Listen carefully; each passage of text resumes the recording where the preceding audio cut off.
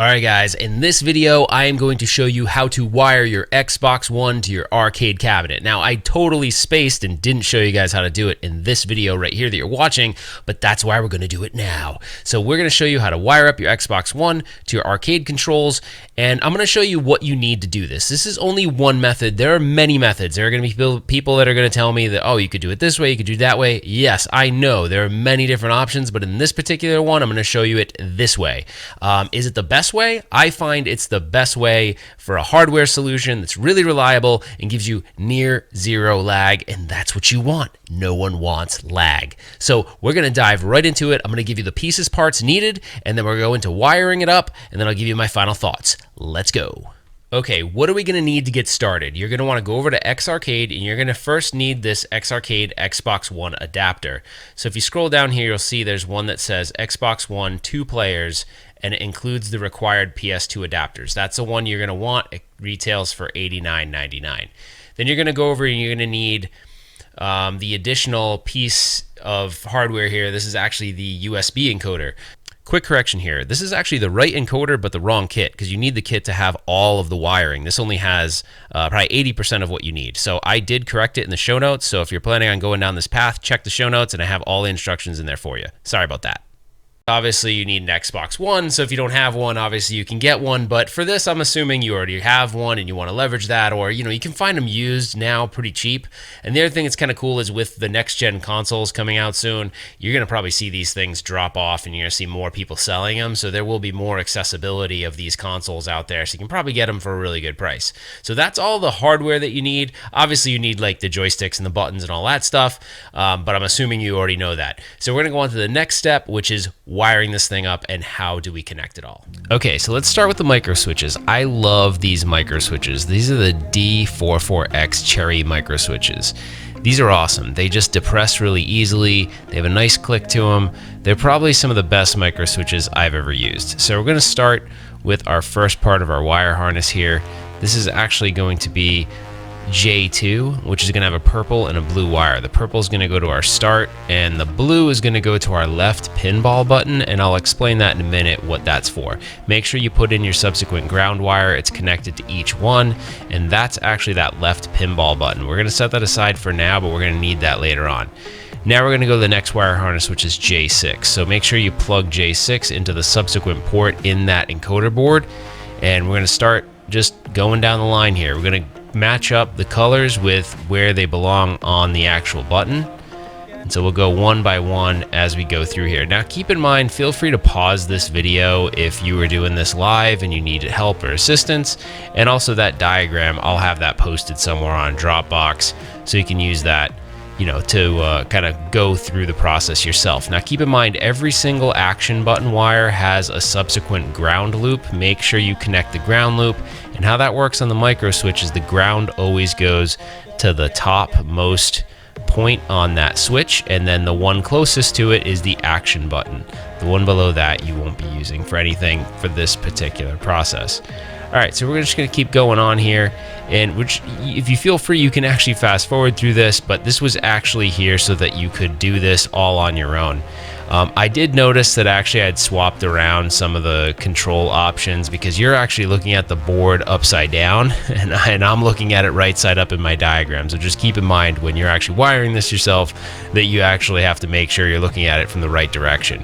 But this should get you started and get you going and get you right where you need to be in order to do this yourself. Now, I'm only showing you player 1. You're kind of on your own for player 2. I'm going to fast forward through the rest of this process, and then we'll do some final steps. Okay, so now we're getting to the point where we're at J8. So this is actually for your joystick. Now this is set for a HAP style joystick. So if you use the included harness, this is going to be expecting a HAP style joystick.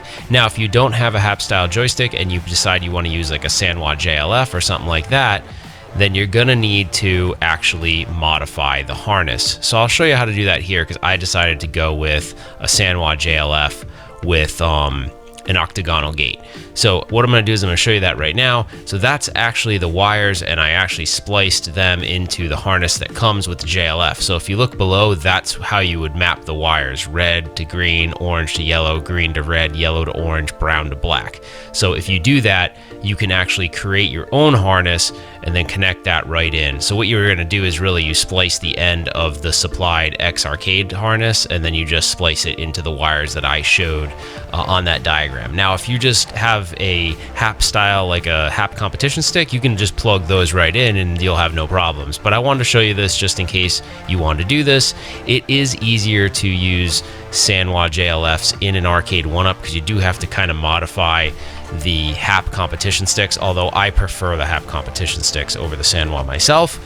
For this, I just decided to use the Sanwa. So there you go, pretty straightforward, and then that goes right back into the encoder board. And you can refer back to my diagram if you need to know what port it goes in and all that. So that is that. So finally, I want to go back to J2 because that left pinball button is required for you to get back to your home screen. So basically what you do is you hit start and you hit that left pinball button and you can go back to the home menu on your Xbox.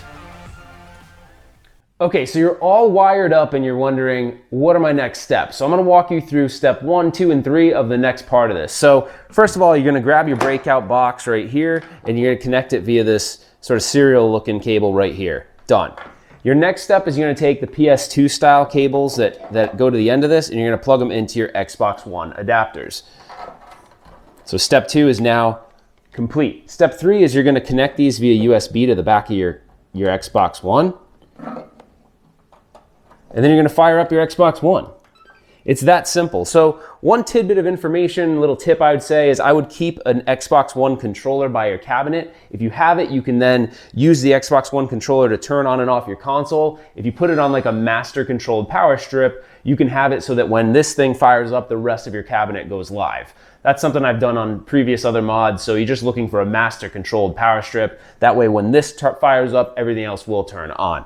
So that's actually something you could do. So while this is booting up, the other thing I'll let you know about is Xarcade sells other adapters where you can support other consoles. So you can have a Dreamcast, you could have an Xbox One and a GameCube all connected to the same set of arcade controls. So that's really cool if you're someone that's really into retro consoles and you want that original experience. You don't want to do emulation. You want to do things the legit way and also the best way you possibly can present those games. So that's really cool. I also think in the sea of Pi and Pandora's boxes and all these other things, there's just everyone is doing that. So this is a rather unique mod and it allows you to play more modern games and then everything else that's in the Xbox library that either you already own or things that you can buy. Now, before this thing gets started here, I did want to mention something else. This left pinball button that we wired up, there'll be a right one when you do player 2 as well. This will get you back to your home screen. So you hit start and you hit that button and it gets you back to your home menu. That's what that's for. But here's the other cool thing. You could use this to play FX3 games. Okay, so I'm actually wrong here. You cannot use that button for left flipper and right flipper, at least not for FX3. So you might be able to in other virtual pinball software, but not FX3. So sorry about that. So if you want to do virtual pinball on here, what I was thinking is maybe extending these wires and mounting it on the side of your cabinet. And keep in mind, everything I told you about is for any arcade cabinet, right? You can do this in a DIY kit, you could do this in an ARCADE1UP, whatever it is, it doesn't really matter as long as you have the space to contain the components, you can do this type of a thing. But I love that idea of putting the left flipper button and the right flipper button on the sides, and then you can do your virtual pinball, which is pretty cool. So that's kind of it, guys. I mean, from here on out, you can play all games that would make sense for these mappings. The one other thing that you can do, and if you refer back to my MK11 video, is you can actually make this an analog stick with a keystroke. And when you do that, you could play games like Forza if you wanted to on this type of a cabinet. So I find this just really interesting and unique and different, right? Everyone's doing kind of the same mods. Why not be a little different and build a more modern cabinet that you can do some retro games and some modern games too? I find it really cool, and I'm excited about showing you guys things like this. So that's it for now. If you guys enjoyed it, please give us a thumbs up. Put your comments below. I want to know what you think of this. And then if you did enjoy this content, please consider subscribing to the channel. And then also turn on notifications so you can be informed of future videos. That's it for now, guys. We will see you on the next one.